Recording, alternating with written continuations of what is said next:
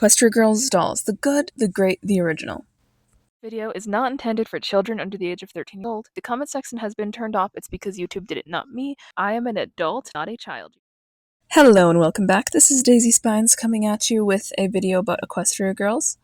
I am talking mostly about fastened dolls, which are in the standard size range, and smaller articulated dolls, if that can contextualize things. We all know that in 2013, the OG Equestria Girls came out. It wasn't that long ago, it turned like 12 years old. And this is what some of the core dolls looked like at the time. Are they beautiful? No. Were they appealing to some? Yes. Was I not a part of that despite being in the target demographic? Also, yes.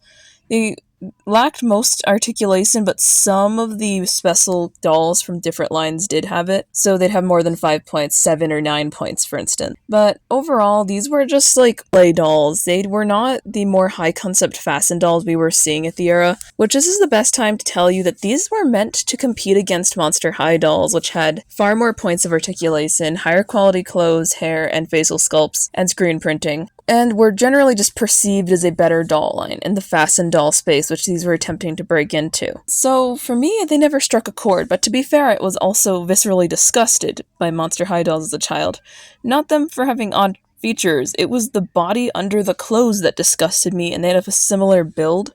The doll line received a soft reboot circa 2017 around the release of the Better Together half-hour specials. These dolls were pretty neat looking. I'd say that they had a higher quality, standard of quality in general, and they attempted to be more accurate to the movies. Whether or not they accomplished that is debatable amongst many people even now, but I would say that they are more accurate, they are higher quality. They still really only had the basic 5 points of articulation, but sometimes they'd have 7, 9, and 11 points, and they were barely marketed. The line flopped, and this is probably why we never got a proper resolution to Equestria Girls. So it's not necessarily their fault. The fastened doll landscape was in such an odd transitional phase when these dolls came out. And I'll say Equestria Girls was fading from relevancy to a major degree at that point because they hadn't announced a movie, and I don't believe the last movie did quite as well as the other ones. So let's get into our last doll category. Our last category is the minis. So these are still dolls, but these are not full-on fastened dolls. They are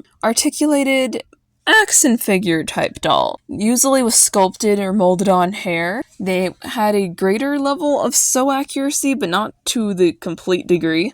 And these are far more popular. I wanted one, but I never ended up obtaining any.